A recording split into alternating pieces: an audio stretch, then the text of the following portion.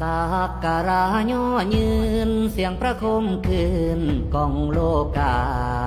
พาชุลีองค์อนันตนาคาราแม่ยาอุษานันทภาวดีผู้ชงมิ่งมหาบารมีพร้อมหน้าตากียาทองคำสิปางตานไหว้วานองค์ผู้ศรีสันตาด้วยมโนบูชาแม่ยารัตนาวดีเจียงจุลีผู้ศรีสุดโทมาเกิดเหตุเดโชยาสีปทุมมาน้อมสัตย์ว่าจะอภิวาทวังทาด้วยกายามโนมัยจอมพยาวสุกรี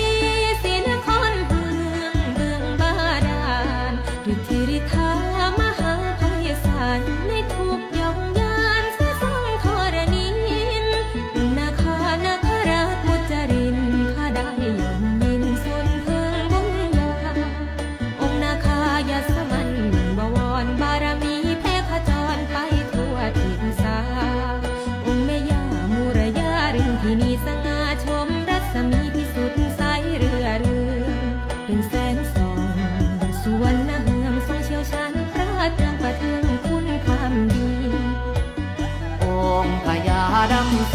นสิริจันทรากิ่งกาเกรียงไกรนำกายาเพชรพัทราจอมไทยโสภาผ่องใสพระไทยครองธรรม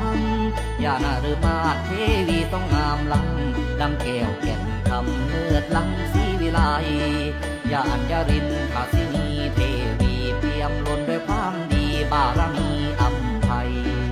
ผู้วดินนฤเบศบุญอนันต์กุณพัทรานันเที่ยวชาญว่องไวอุมัดบุรดาทัศนีอ่อนช้อยโสภีดังมณีสุรา